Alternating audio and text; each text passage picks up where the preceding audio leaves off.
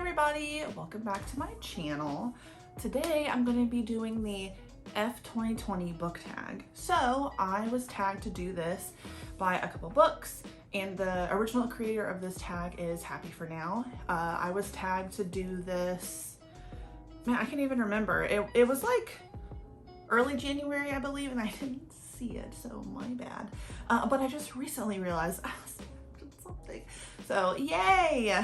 Here's my little F2020 book tag. I'm excited. It looks really fun. So that being said, let's just get into it. So question one is share some good stuff that has happened in 2020 and some bad stuff if you want. So I'll actually start off with the bad stuff.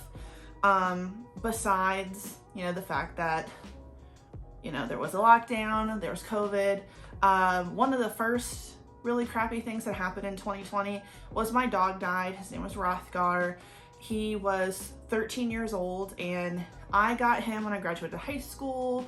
It was him and his sister. I was really only supposed to leave with one dog. It was just supposed to be him, but then I saw his sister, Guinevere, and I just fell in love, and I didn't want him to be alone. So really, probably the second or third week of March, he passed away. It's really crappy. That's the first dog that, I've had since a puppy that passed. So that was really hard. And the second thing, were there two things? I guess like the second thing that was bad also kind of turned into a good thing. So I am not going to go into exactly what I do for work, but I'm a third-party rep, and our third-party company lost the contract with the bigger company that we work for. But the good thing that happened in 2020 was myself and my other coworkers immediately got brought over from the old company to the new company. So we stayed with a job, and our bigger company that we work for allowed us all to work from home, which was very weird because we're salespeople.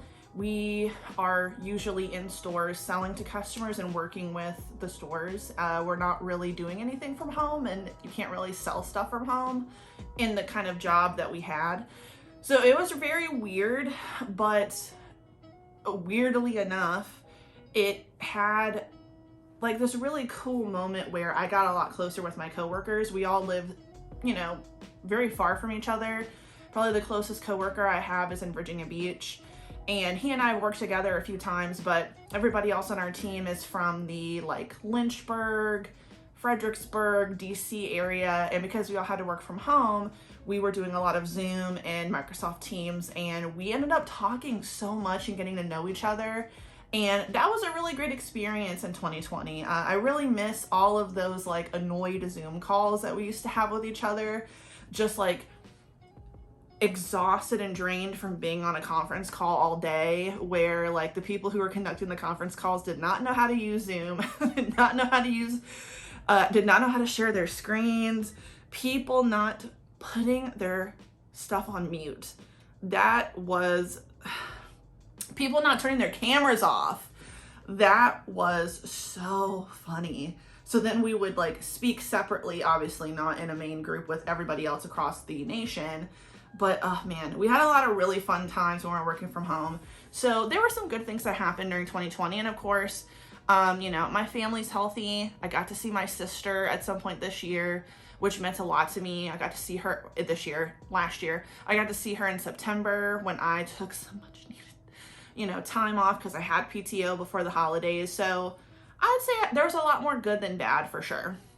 Second question is, what book did you love at the beginning of the year? So one of the main books that I loved at the beginning of the year was Kings of the Wild. I was obsessed with that book. I loved it so much. It was so funny. It's a book that I absolutely recommend to anybody who tells me that they're interested in reading something and they're like, what would you like to recommend? I say Kings of the Wild. And then I listened to the Illuminae Files on audiobook. And I've mentioned this before. I just thought they were so good. I finished the first novel on audiobook, and I immediately got the next two because that's how I chose to go about, reading and consuming this series, because reading it in the physical book was just not for me. And Another, like, I would absolutely recommend that. I don't know why. I realize that I haven't actually recommended that to people, but I will moving forward now that I have it in my mind. But that book, Kings of Wild, and the series of Illuminated Files, the very beginning of the year, I absolutely loved them. Question 3, a book you were looking forward to that ended up being not great. So, Bloody Rose, which is the second book after Kings of the Wild. I was very disappointed when I finished that book. I don't usually like do any deep dives with like listening to authors like interviews or anything, unless like I didn't like quite get what was happening in the book. This one, maybe I could go and like see an interview or something, but I don't want to give too much away. Who I thought I was going to like in that book was terrible, and I don't know if that was the point, if we were not supposed to like this character at all. I kind of liked the bard, the person who actually is the narrator. It was interesting, but definitely let down. I mean, you went from Kings of Wild, which I gave 5 stars, to, man, Bloody Rose just, I don't remember what I rated it. If I gave it a 3 on Goodreads, in my mind, I'm thinking I would rate it 2. So if it's not a 2 on Goodreads, you know, a year later, I don't remember what month I read it, but last year, but honestly, it's really a 2. Like, I know I will never pick that book up. I will read Kings of the Wild, but I will not read Bloody Rose at all. And if I didn't really care, I'd probably get rid of Bloody Rose, but that wasn't a book that I chose to get rid of in my book unhaul. So we'll see. It might end up going into the pile of things that get donated, because I really just will never read it. What book surprised you this year? So, Woman's War by Jenna Glass. I had to look at the other book sitting beside me. So, I got Women's War randomly at Barnes & Noble. I don't think I saw the cover first. I saw the spine. I thought, ooh, okay, intrigued by the name. Then I looked at the cover and I was like, oh God, I really like this. Read the synopsis. It seemed really interesting. So at the time, nobody that I was following ever mentioned this book. I don't remember anybody talking about it. If anybody did talk about it, like, oh, this book is a new release, I never heard anybody talk about that they read it. And it sat on my shelf for a long time. And last year, you know, Bloody Rose is a long book. It's either just under 500 pages or it is 500 pages. I can't remember, but it was a chunky fantasy. And honestly, I was just so turned off by long books after I read that. And I didn't realize that until I finished Women's War. Like, oh my God, Women's War is over 500 pages. Like, I devoured this book. And I was like, when was the last time I read a book that was this long and it was fantasy? And I realized it was Bloody Rose. So, Women's War was great. The magic system I thought was really cool. The plot was really interesting. I loved all of the characters. I talked about this last year, I think in August was when I read it, and it's like following 6 different perspectives. 6 or 5? Maybe 6. 5 of those are women and 1 is a man. Every single character I liked, even the person who's really shitty, which is the guy. He was just written so well as like a shitty evil character. So, honestly, I finished that and I'm like, I wasn't even done with it yet, but at that point I was like, I have to read the second book. And the second book got me too. Like, God, I'm telling you, Women's War is good. I absolutely recommend that. Question 5, a book you like but nobody else does or talks about enough. I guess one could definitely be Women's War. Like I said, at the time when I finished it, I went on YouTube, like typing in the name of seeing if someone tagged it, and really only like 3 people tagged it in a video. And the one person who talked about it, they have not made any other booktube videos since I can't remember. There's only one person that sticks out in my mind, and then who said something, who did it like a booktube video.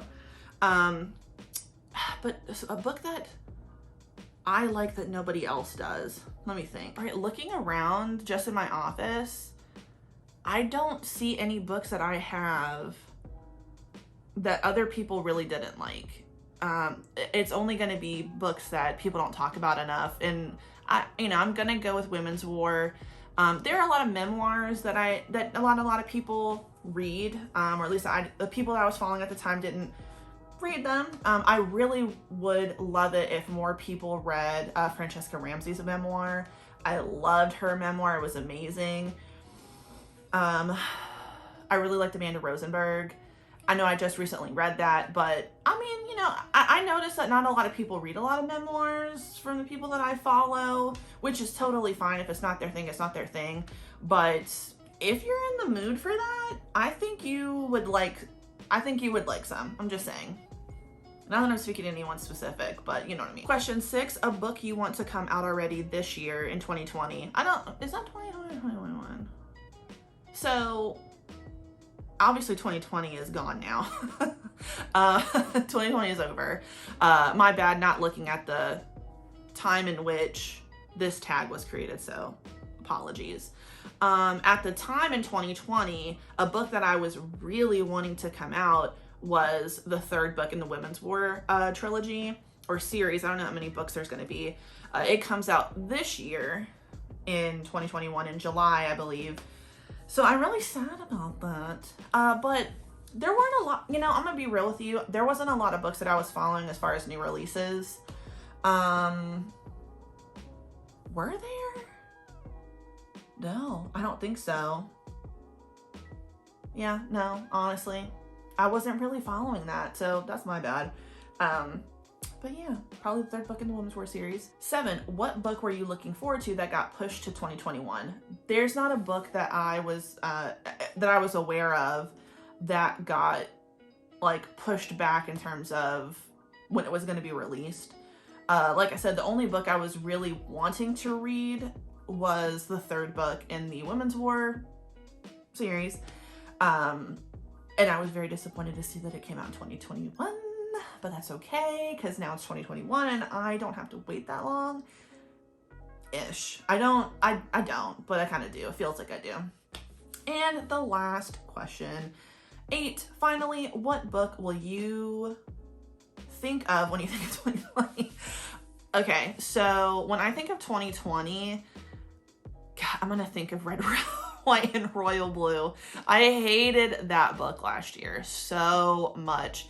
Like, so much to the point that I see so many people talk about the book still and they love it, that I think, should I read it again and give it another chance? Like, am I wrong for hating this book so much and not being able to get past Alex as a character? Because that's the only... I just really don't like him. So yeah, honestly, I was so surprised. And all throughout the rest of the year when I was watching TikTok and then got into book talk and watched more YouTube videos, booktube videos, seeing how he don't like to act,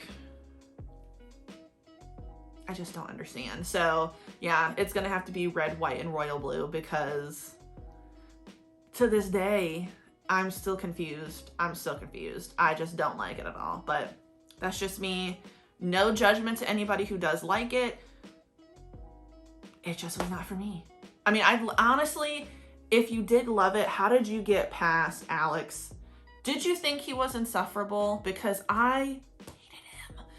But anyway, yes, that's the the F2020 book tag. I apologize, no FUs to anyone specific or indirect.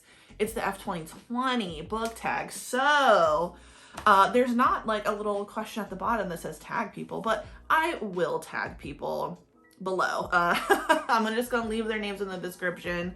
But anybody who wants to do this book tag, please feel free. This is an open invite.